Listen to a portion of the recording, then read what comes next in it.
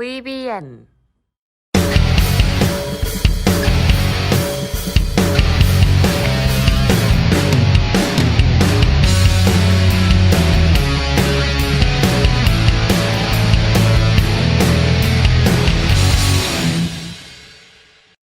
네, 반갑습니다. 우리 스윙맨 가족분들 그리고 구독자분들 여러분들의 스윙맨 다비드입니다. 스윙맨은 개인 투자자들이 모르는 핵심 재료들과 상한가나 급등이 가능한 급등 예상 종목들을 무료로 알려드리고 있습니다. 주식을 잘 모르는 초보 투자자분들과 주식을 제대로 배우고 싶으신 주린이 분들은 개인 투자자들의 필수 아이템 저희 스윙맨 유튜브 구독과 좋아요, 알림 설정까지 많은 관심 부탁드리고요. 시작에 앞서서 이 영상에 좋아요 눌러주시는 분들께는 항상 질 좋은 컨텐츠와 좋은 종목들로 보답하도록 하겠습니다. 우리 스윙맨 가족분들이 매매하는 모든 종목들이 상한가, 연상한가, 점상한가 가기를 기원합니다.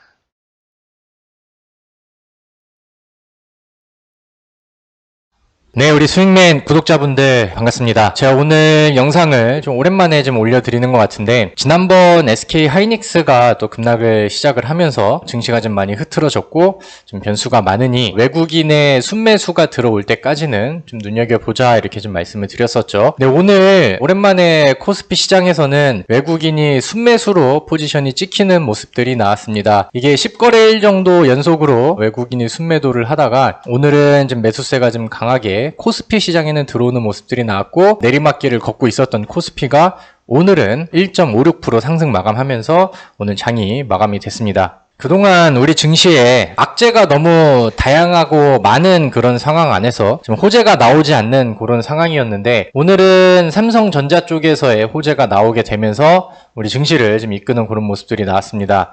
오늘 나온 뉴스를 본다라고 하면은 삼성전자가 3년간 240조 원의 신규 투자를 하고 4만 명을 고용을 한다 뭐 이런 뉴스들이 나왔습니다. 그리고 실제로 이제 삼성전자 같은 경우는 오늘 주가가 오랜만에 3%대의 반등을 좀 보여줬습니다. 최근에 디램 가격 하락에 대한 내용들이 나오고 좀 너무 좀 격하게 밀려 있었던 그런 상황이라서 아직은 좀 회복 구간들이 더 나와야겠으나 오늘 뭐 좋은 뉴스들이 좀 나오면서 시장에 외국인들이라던가 아니면 뭐 다른 종목들을 끌어올려줄 수 있는 그런 좀 좋은 자극제가 되지 않았나 이렇게 생각을 합니다.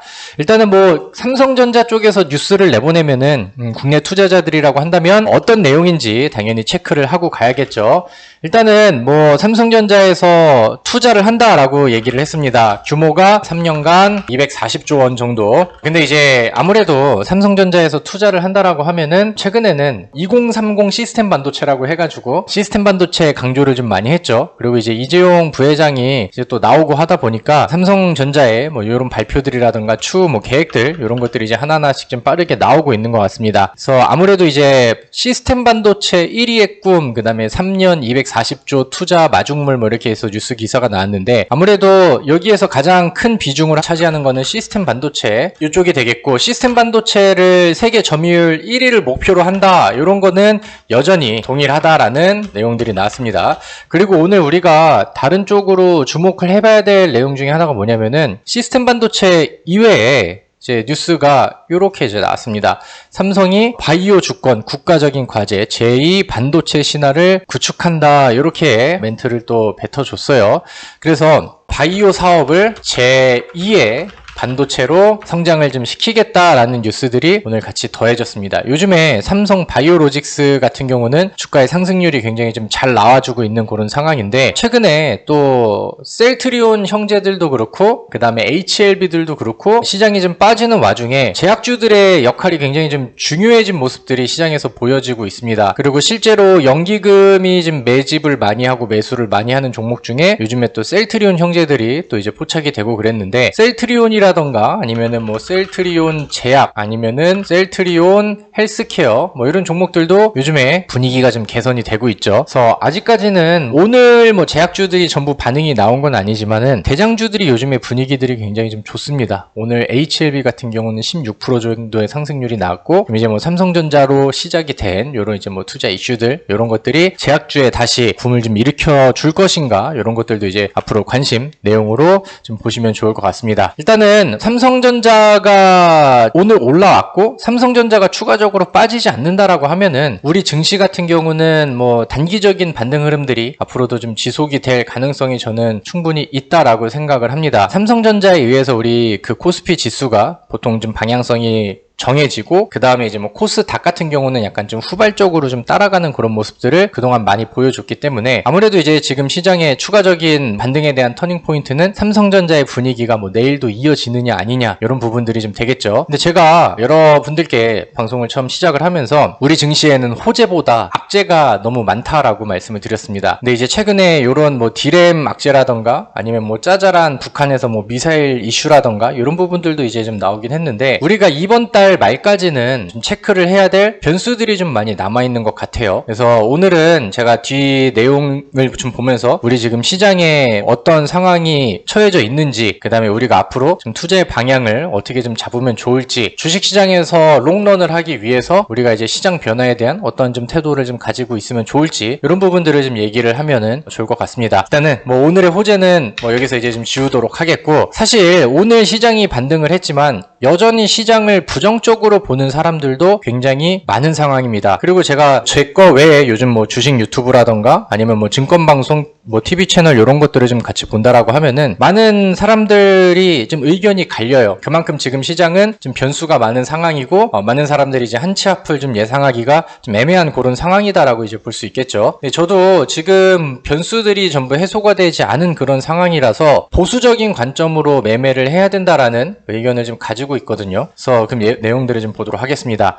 일단은 오늘 뭐 두 가지를 좀 짚어드릴 텐데 첫 번째는 약간 좀 가볍게 들으시면 될 것 같아요. 아프가니스탄 여기에서 이제 또 리스크들이 좀 글로벌 증시에 나오게 됐죠. 그래서 아직까지는 뭐 탈레반 쪽에서 좀 조용하게 좀 넘어가고 있는 그런 모습들이 나오고 있는데 이번에 아프가니스탄의 철수 시한을 8월 31일 이거는 이제 뭐 이미 나와 있는 그런 뉴스입니다. 그래서 요 뉴스를 좀 같이 보신다라고 하면은 미국의 동맹들 아프간 철수 시한을 연장을 해야 된다 이런 내용들을 좀 얘기를 했고 탈레반은 절대 안 돼 뭐 이렇게 얘기를 했죠. 그래서 미국이랑은 31일을 한계선으로 뭐 레드 라인이다 뭐 이렇게 해서 이제 좀 정해냈는데 탈레반 쪽에서 이거를 뭐 연장을 하거나 안 지킨다라고 하면은 거기에 반하는 충분한 조치가 있을 것이다 이렇게 이제 얘기를 좀 했어요. 근데 지금 뭐 미국 같은 경우도 뭐 그 철수를 좀 하고 있는 그런 상황인데 미국 외에 뭐 다른 국가에서는 촉박하다 뭐 이런 얘기들도 하고 연장을 해야 된다 이런 내용들도 계속해서 좀 얘기를 하고 있는 그런 상황입니다. 아직까지는 뭐 나름대로 좀 조용하게 넘어가고 있는 그런 상황이라고 생각이 되긴 하는데 만약에 이게 뭐 아무 일 없이 31일이 지나간다고 해서 증시에 도움이 될 만한 내용들은 없거든요. 근데 이제 반면에 만약에 여기에서 불필요한 트러블이 발생을 한다라고 하면은 거기에서 이제 뭐 약간 좀 뭐 군부대의 움직임이라던가 약간 좀 찌푸릴 만한 그런 내용들이 나온다라고 하면은 지금은 증시가 굉장히 좀 예민하기 때문에 이런 것들이 이제 좀 즉각 반영이 될 수가 있겠죠. 근데 또 일정이 8월 31일이고 오늘이 화요일이니까 다음 주 화요일에 이런 좀 불안한 이런 좀 리스크가 내포되어 있는 일정들이 있습니다. 그래서 이런 것들도 이제 체크를 하셔서 이 구간이 도래했을 때는 약간 뭐 현금을 좀 보유한다던가 약간 보수적인 관점으로 보시는 거를 또 권장을 좀 드리도록 하겠고 사실 우리 증시의 가장 중요한 키는 지금 잭슨홀 미팅이 되지 않을까 이렇게 생각을 해요. 잭슨홀 미팅. 이게 이제 일정이 26일부터 28일까지 진행을 합니다. 근데 올해는 모여서 하는 게 아니라 이제 화상회의로 진행을 한다고 해요. 요즘에 경제 뉴스를 좀 많이 보시는 분들은 잭슨홀 미팅이라는 단어를 좀 굉장히 좀 많이 들어보셨겠죠. 이게 이제 왜 중요하냐면은 잭슨홀 미팅이 그러니까 매년 8월마다 열려요. 그리고 누가 이제 모여서 하냐면은 주요 국가들의 중앙은행 총재, 그 다음에 경제 전문가들 이 사람들을 초빙을 해가지고 그 잭슨홀이라는 지역에서 매년 8월마다 뭐 경제 정책 심포지엄, 뭐 회의, 뭐 연설 이런 거를 갖습니다. 근데 이게 왜 중요하냐? 이 행사에 있어서 그간 뭐 계속 있었겠죠. 여기에 참여한 중앙은행의 총재라던가 아니면 뭐 경제학자들 이 사람들이 이제 발언을 합니다. 연설도 하고 발언을 해요. 근데 이제 거기에서 나온 내용들이 실제로 우리 글로벌 금융시장의 움직임에 굉장히 영향을 많이 좋았습니다. 여태까지도 굉장히 좀 많이 좋았어요. 그리고 이번에 더더욱 중요한 이유 중에 하나가 뭐냐면은 아무래도 이제 이번 잭슨홀 미팅에서는 키워드가 테이퍼링에 대한 의견이 어떻게 나오느냐, 이것이 이제 가장 중요한 내용들이 되겠죠. 근데 우리 증시 같은 경우는 이 테이퍼링에 굉장히 예민하게 반응을 하기 때문에 우리한테는 굉장히 좀 중요한 그런 일정이 되겠습니다. 그러면 이제 테이퍼링을 잘 모르시는 우리 또 주린이 분들을 위해서 또 간단하게 또 설명을 드릴게요. 이게 이제 설명을 드리려면은 약간 경제 정책에 대한 이해가, 금융 정책에 대한 이해가 좀 필요할 것 같은데, 통화 정책을 이렇게 쭉 이어갈 때, 그러니까 예를 들면은 정상적인 아니면 이제 뭐 전통적인 통화 정책이라고 한다면은 이제 중앙은행이 관리를 합니다. 중앙은행이 이제 관리를 하는데, 만약에 경기가 되게 좋아요. 경기가 좋아가지고 막 물가가 상승을 합니다. 그럼 이제 물가가 지속적으로 상승을 하면은 또 이제 뭐 지속적인 물가 상승은 문제가 될 수 있겠죠. 아니면 이제 뭐 거품이 끼고 그런 부분들이 있을 수 있으니까 이거를 이제 좀 막기 위해서 선제적으로 금리를 이제 올려버려요. 중앙은행에서.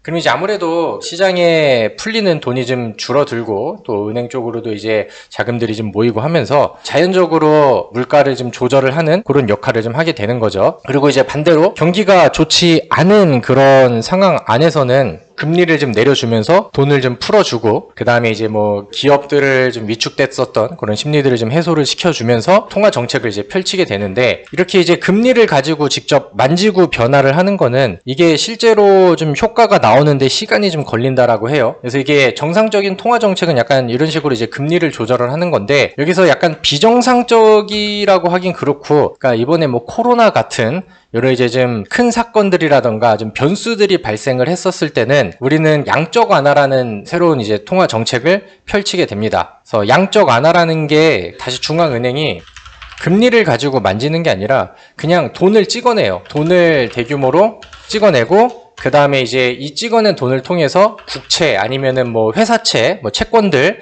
이런 것들을 이제 매입을 엄청나게 해요. 그러면서 이제 회사채를 매입하거나 아니면 이제 뭐 국채를 매입한 그 넘겨준 돈을 시장에 이제 계속 좀 풀리고, 그 다음에 이제 필요한 곳으로 이제 돈이 좀 돌기 시작하겠죠. 그러니까 이런 식으로 돈을 찍어내고 국채를 매입하면서 시중에다가 돈을 막 풀어주고 있는 그런 상황입니다. 그러다 보니까 뭐 미국에서도 뭐 국채를 얼만큼을 뭐 매입을 했고 뭐 이런 얘기들이 좀 많이 나오죠.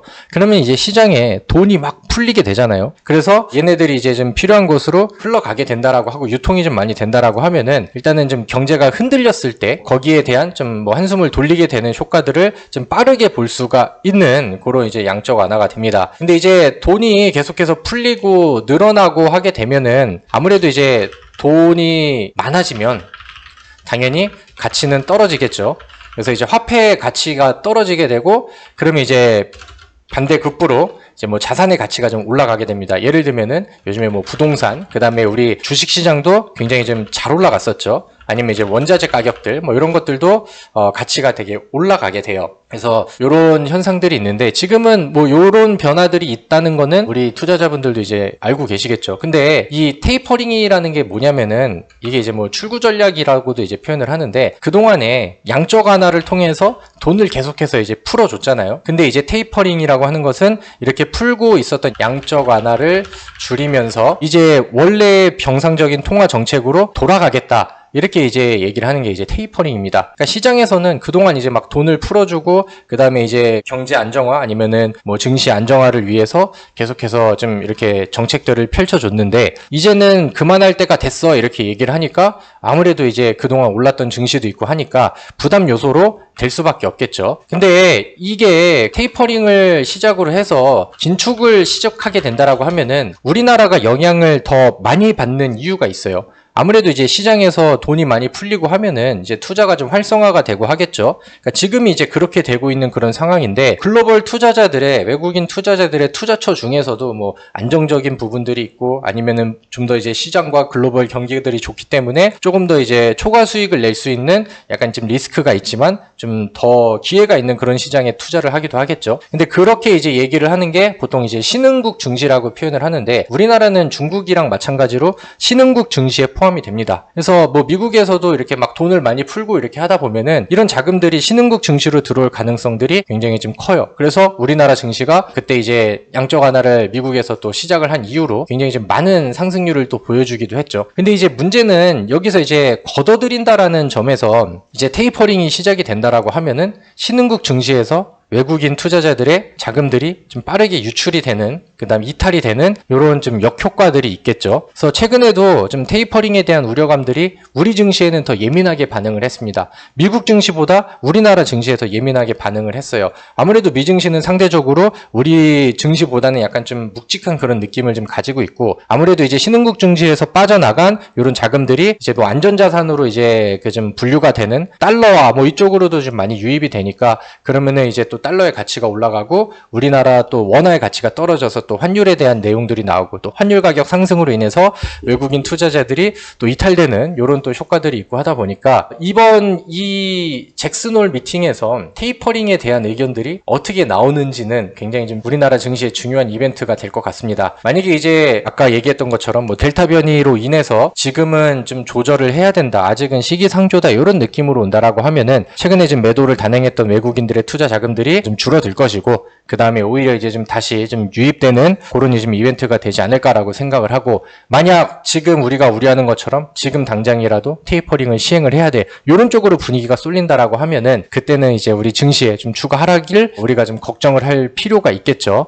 그래서 우리 투자자분들도 이게 일정이 많이 남진 않았습니다. 뭐 내일 모레면 26일이기 때문에 긍정적인 결과 발표가 나오기를 기대하되, 오늘 증시가 막 올라갔다고 해서 와 오늘 이제 뭐 바닥 잡아야 돼, 오늘 뭐 이제 증시 하락이 끝났어, 이렇게 생각을 하면서 너무 막 좀 무리한 매매를 하기보다는 앞으로 이제 있을 좀 변수들에 대해서 대비를 하고, 또 이제 좀 현금 조절도 하시고, 이런 과정들이 좀 필요하지 않을까, 저는 그렇게 생각을 합니다. 자, 그런데 뭐 만약에 이번에 단기적인 위기가 뭐 잭슨홀 미팅에서 좋은 내용들이 나와서 좀 해소가 된다라고 생각을 해봅시다. 근데 사실 거기서는 끝이 났다라고 생각을 하진 않거든요. 왜냐면은 테이퍼링에 대한 얘기가 올해 뭐 5월, 6월, 7월, 뭐 8월, 9월 계속해서 나왔죠. 우리 증시가 지금 요즘에 짜증이 나는 이유 중에 하나가 뭐냐면은, 이렇게 증시가 올라갈 듯 하다가 한 번씩 흔들 때는 패대기를 치면서 너무 급격하게 밀려버립니다. 그죠? 시장에 어느 정도 이제 미증시가 올라감에 따라서 기대감이 좀 불고, 그 다음에 부양책으로 인해서 현금이 좀 풀리고 해서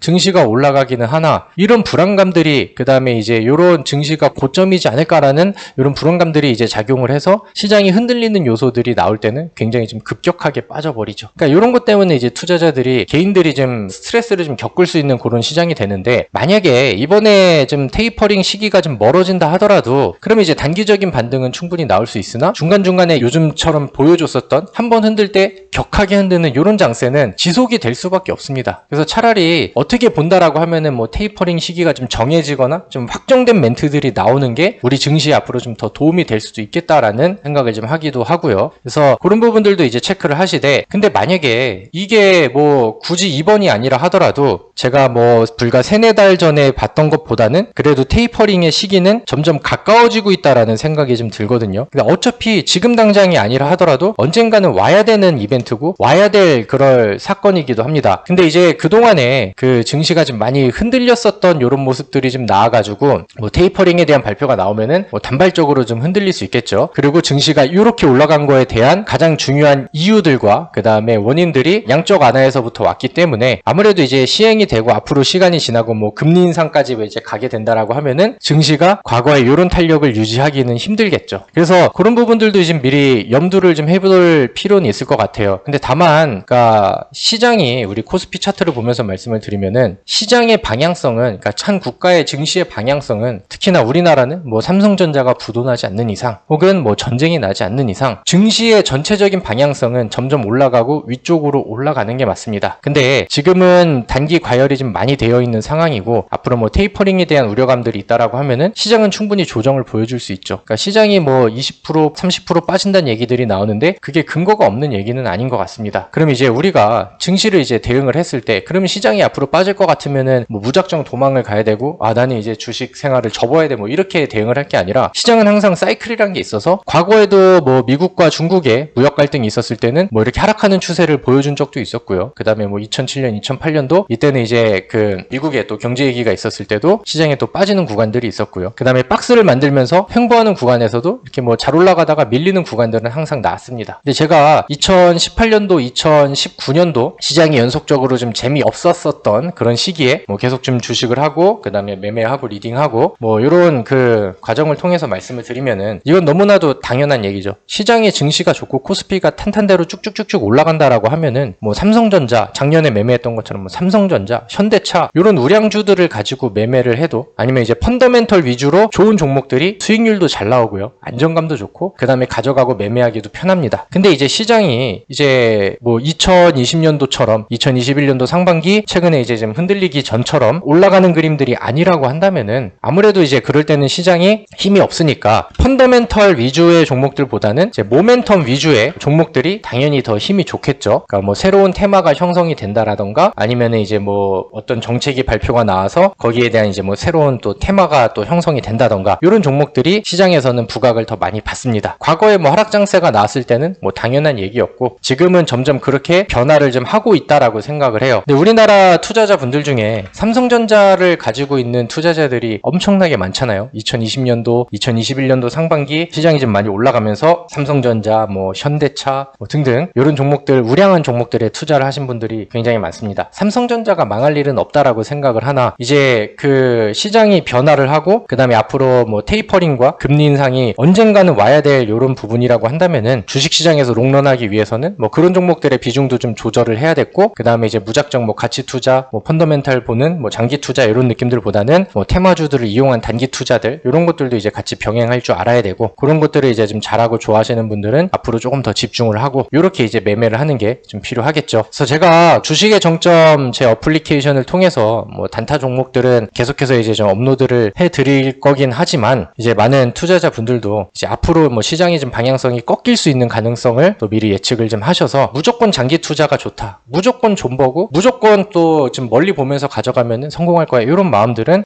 조금씩 좀 지어가는 게 좋지 않을까라고 생각을 합니다. 자, 그래서 오늘 뭐 내용들을 다시 정리를 해보면은 이번 잭슨홀 미팅에서 어떻게 이제 멘트들이 나올지 이런 부분들을 좀 잘 눈여겨보시면 좋을 것 같고요. 그 다음에 어차피 좀 시장을 멀리 본다라고 했을 때 조정이 될 가능성들은 뭐 충분히 남아 있습니다. 그래서 매매 전략과 그 다음에 투자 전략, 나의 또 투자 그 방법들을 조금씩 좀 바꿔가면서 앞으로는 어떤 식으로 매매를 하면 더 좋겠다 이런 부분들을 좀 생각을 많이 해보셨으면 좋겠습니다. 저희 또 스윙맨 유튜브 안에서는 또 새로운 테마라던가 또 새로운 이슈주들 뭐 이런 것들도 소개를 좀 많이 해드리고 있기 때문에 또 잘 구독하시면서 앞으로도 뭐 시장이 흔들리든 아니면 뭐 어떤 모습들이 나오든 또 좋은 전략들과 또 좋은 솔루션들을 많이 받아가셨으면 좋겠고요. 오늘 제가 말씀드렸던 내용들이 괜찮았다 하시는 분들도 영상에 좋아요 버튼 꼭꼭 눌러주시길 바라겠습니다. 일단은 뭐 단기적으로는 시장에 또 좋은 영향들이 나올 수 있는 멘트들을 좀 기다려보고요. 이번 일정이 나올 때까지는 너무 좀 과감한 투자보다는 약간은 좀 보수적인 대응을 하실 것을 다시 한번 권장을 드리도록 하겠습니다.